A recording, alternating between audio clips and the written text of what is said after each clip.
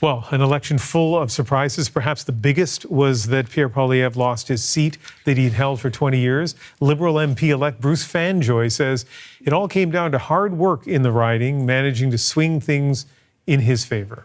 I personally just felt that he needed to be challenged and needed to be someone in Carleton. You get a good sense as to the mood of the riding. In that time, Pierre was largely absent, was doing very little in the way of engaging with Carleton. So whereas we were all over the riding and engaging with people, he had other priorities, and people felt taken for granted. Poilievre won his riding 7 times in a row. That goes way back to 2004. Fanjoy worked in business and marketing before stepping back to be a parent and volunteer, and now MP-elect. My next guests call the Carleton riding home for almost 27 years. Historically, they voted Conservative, but this time they didn't just vote Liberal. They decided to volunteer for Bruce Fanjoy. Bob and June Neske join us now from Carp, Ontario. Welcome. Hi. How are you guys? Good. So let me start by asking you, what made you change from being long-time Conservative supporters to wanting to vote Liberal this time around? You start. So for me, the change happened when Mark Carney became leader of the party, because I haven't been a big fan of Pierre Poilievre's for quite some time, but I also wasn't a fan of Justin Trudeau, and I was stuck between parties. But after Mark Carney took over and he brought an awful lot of leadership skills to the table, that's really what clinched it for me to switch my vote. And why don't you jump in?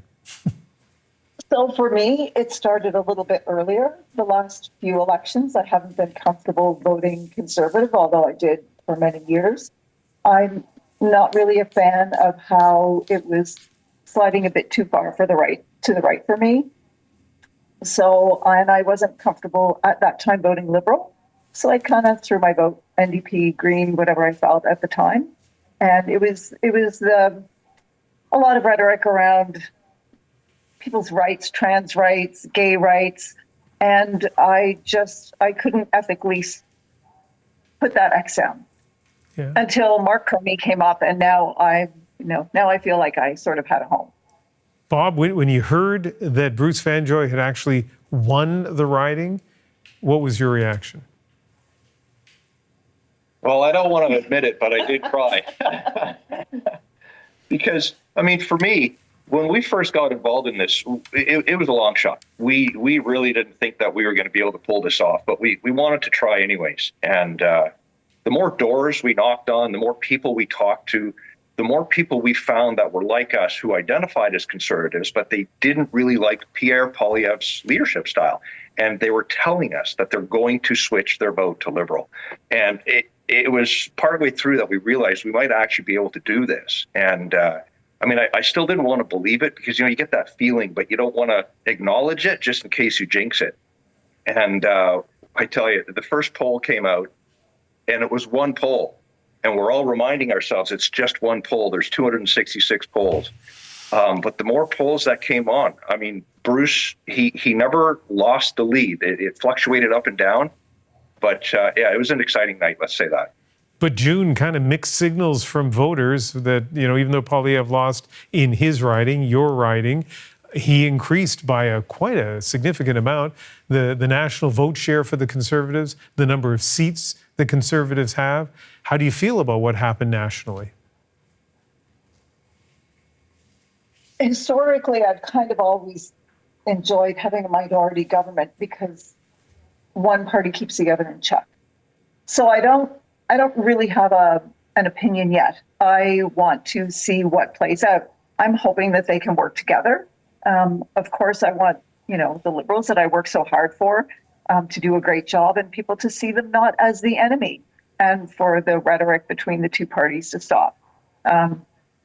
It was very emotional just winning our riding, because at first it was just because I don't care for, Mr. Poilievre doesn't mean that other people don't love him, but for me, for us, he wasn't the right choice.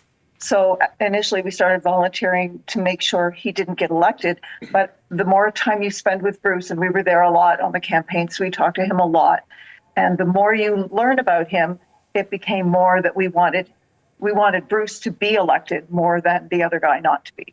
Yeah. And so we're just going to have to wait and see. And I'm hopeful. It's a new party. A lot of people wanted Trudeau out in the government. A new leader, and now with Bruce, whole new team, and let's see what happens.